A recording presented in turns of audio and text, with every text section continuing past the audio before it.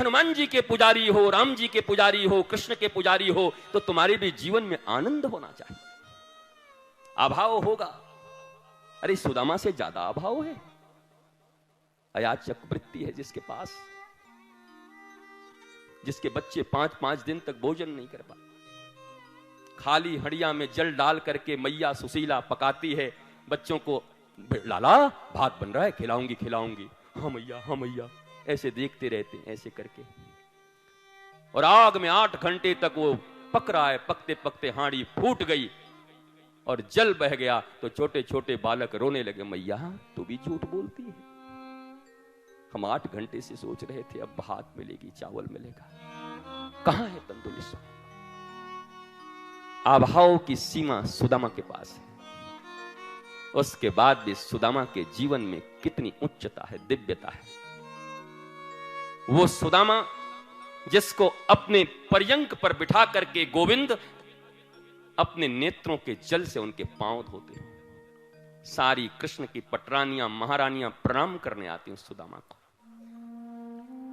और बिना मांगे सुदामा को सब दे देते हैं भगवान।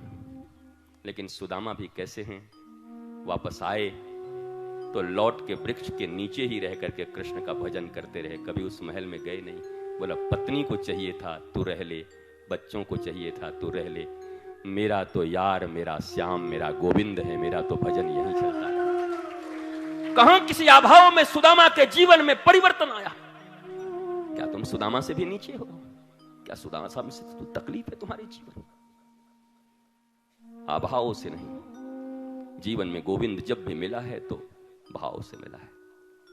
अब तुम सोचो कि तुम्हारी जिंदगी में सदा अभाव रहती है या भाव रहता है? 24 घंटे ईश्वर के सामने, गुरु के सामने, माता पिता के सामने, संसार के सामने तुम अभावों की गिनतियां गिनते रहते हो।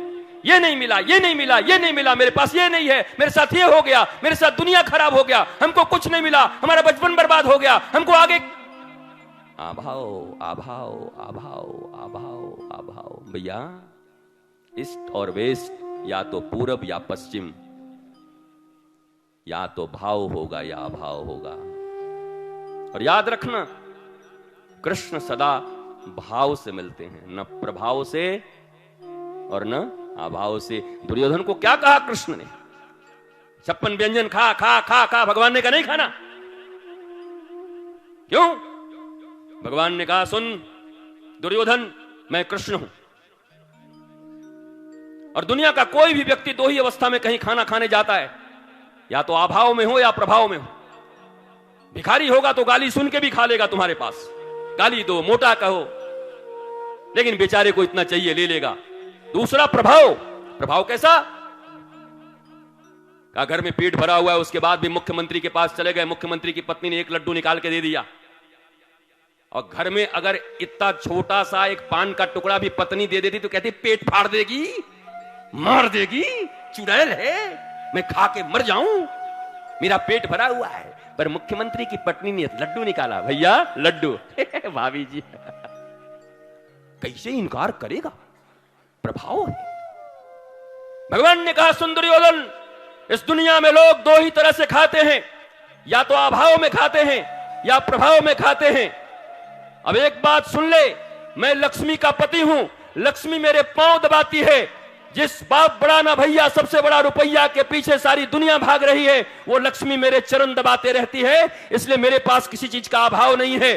तूने अपने भाइयों की संपत्ति को लूट लिया है, तूने अपने परिवार के साथ गलत किया है, इसलिए तुम्हारा कोई प्रभाव मेरे ऊपर नहीं है। और मैं श्री कृष्ण हूं, न तो अभाव में खाता हूं न प्रभाव में खाता हूं, खाता हूं तो भक्त के भाव में खाता हूं। जा रहा हूं विदुरानी के पास केले के छिलके खाने। और गए भगवान, ना भाव में खाए न प्रभाव में खाए, खाए तो भाव में खाए।